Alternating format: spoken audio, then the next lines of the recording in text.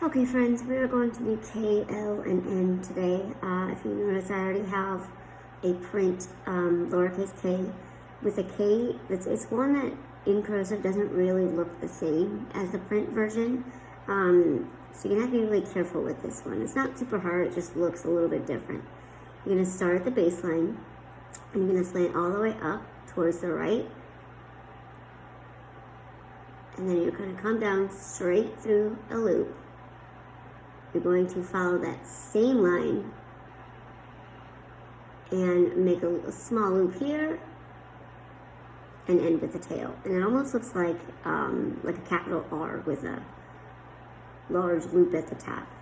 So I'm going to do that a little bit quicker.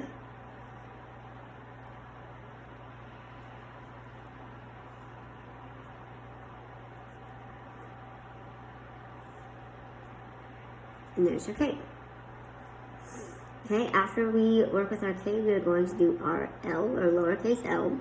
This is one that I told you before when we were doing our E's. We need to be careful not to confuse our E's and our L's because they're basically the same, except for an L is taller. So, with my L, I'm going to start on the left side. I'm going to slant up from the baseline all the way to the top. I'm going to make kind of a skinny loop, straight down, and that's my L. Almost looks like, well, like a larger version of the E.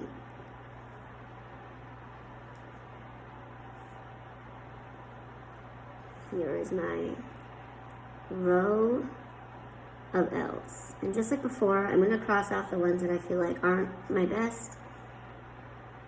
Same with the K. And then I'm going to check off the good ones. And then we are going to finish with an M, lowercase m. Lowercase m looks relatively the same, except it is slanted and it has a little bit of an extra hump on it. So I'm going to start at the left and we're going to go up to the midpoint. 1, 2, 3, and then it ends with a loop. And the reason that it has an extra little hump on it is because when we are attaching it to other letters, it'll make sense.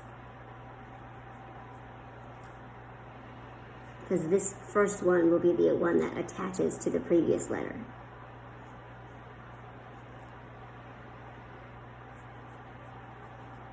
And there are my M's.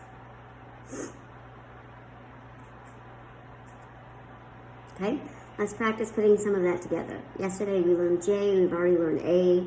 Today we did M, let's do jam. Now remember, with letters like J and I, you don't add the dot until you're completely done with the word. So if I'm going to do jam,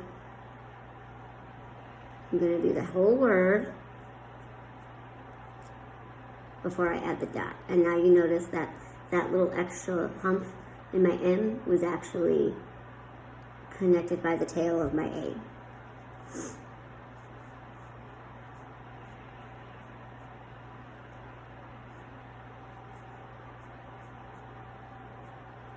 Okay, there's my row of jams.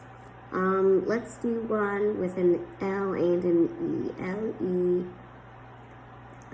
Let's do L-E and M so that you can see the difference between the L's and the E's.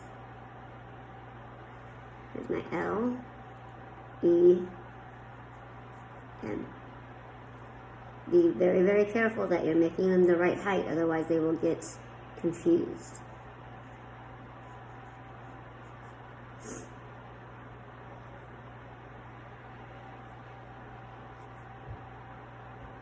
Okay, and that's it for today.